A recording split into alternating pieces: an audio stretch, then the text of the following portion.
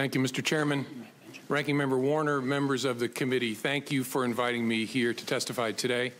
I've submitted my statement for the record, and I'm not going to repeat it here this morning. I thought I would just offer some very brief introductory remarks, and then I would welcome your questions. When I was appointed FBI Director in 2013, I understood that I served at the pleasure of the President. Even though I was appointed to a 10-year term, which Congress created in order to underscore the importance of the FBI being outside of politics and independent, I understood that I could be fired by a president for any reason or for no reason at all. And on May the 9th, when I learned that I had been fired, for that reason, I immediately came home as a private citizen.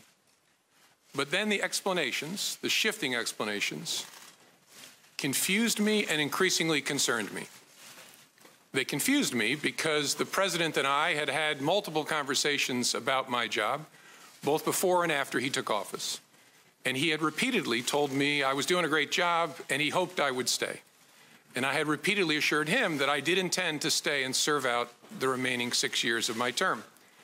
He told me repeatedly that he had talked to lots of people about me, including our current Attorney General, and had learned that I was doing a great job and that I was extremely well liked by the FBI workforce. So it confused me when I saw on television the President saying that he actually fired me because of the Russia investigation, and learned again from the media that he was telling privately other parties that my firing had relieved great pressure on the Russia investigation. I was also confused by the initial explanation that was offered publicly that I was fired because of the decisions I had made during the election year. That didn't make sense to me for a whole bunch of reasons, including the time and all the water that had gone under the bridge since those hard decisions had had to be made. That didn't make any sense to me. And although the law required no reason at all to fire an FBI director, the administration then chose to defame me and, more importantly, the FBI by saying that the organization was in disarray, that it was poorly led, that the workforce had lost confidence in its leader. Those were lies, plain and simple. And I am so sorry that the FBI workforce had to hear them, and I'm so sorry that the American people were told them. I worked every day at the FBI to help make that great organization better. And I say help because I did nothing alone at the FBI. There are no indispensable people at the FBI. The organization's great strength is that its values and abilities run deep and wide.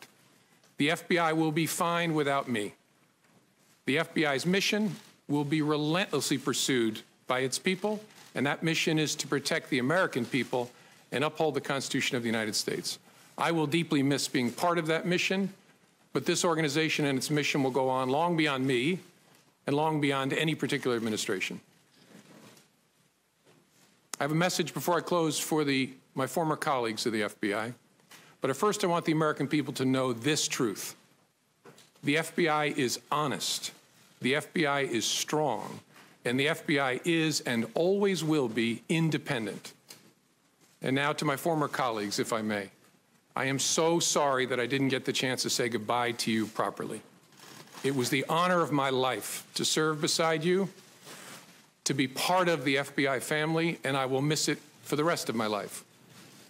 Thank you for standing watch. Thank you for doing so much good for this country. Do that good as long as ever you can. And Senators, I look forward to your questions.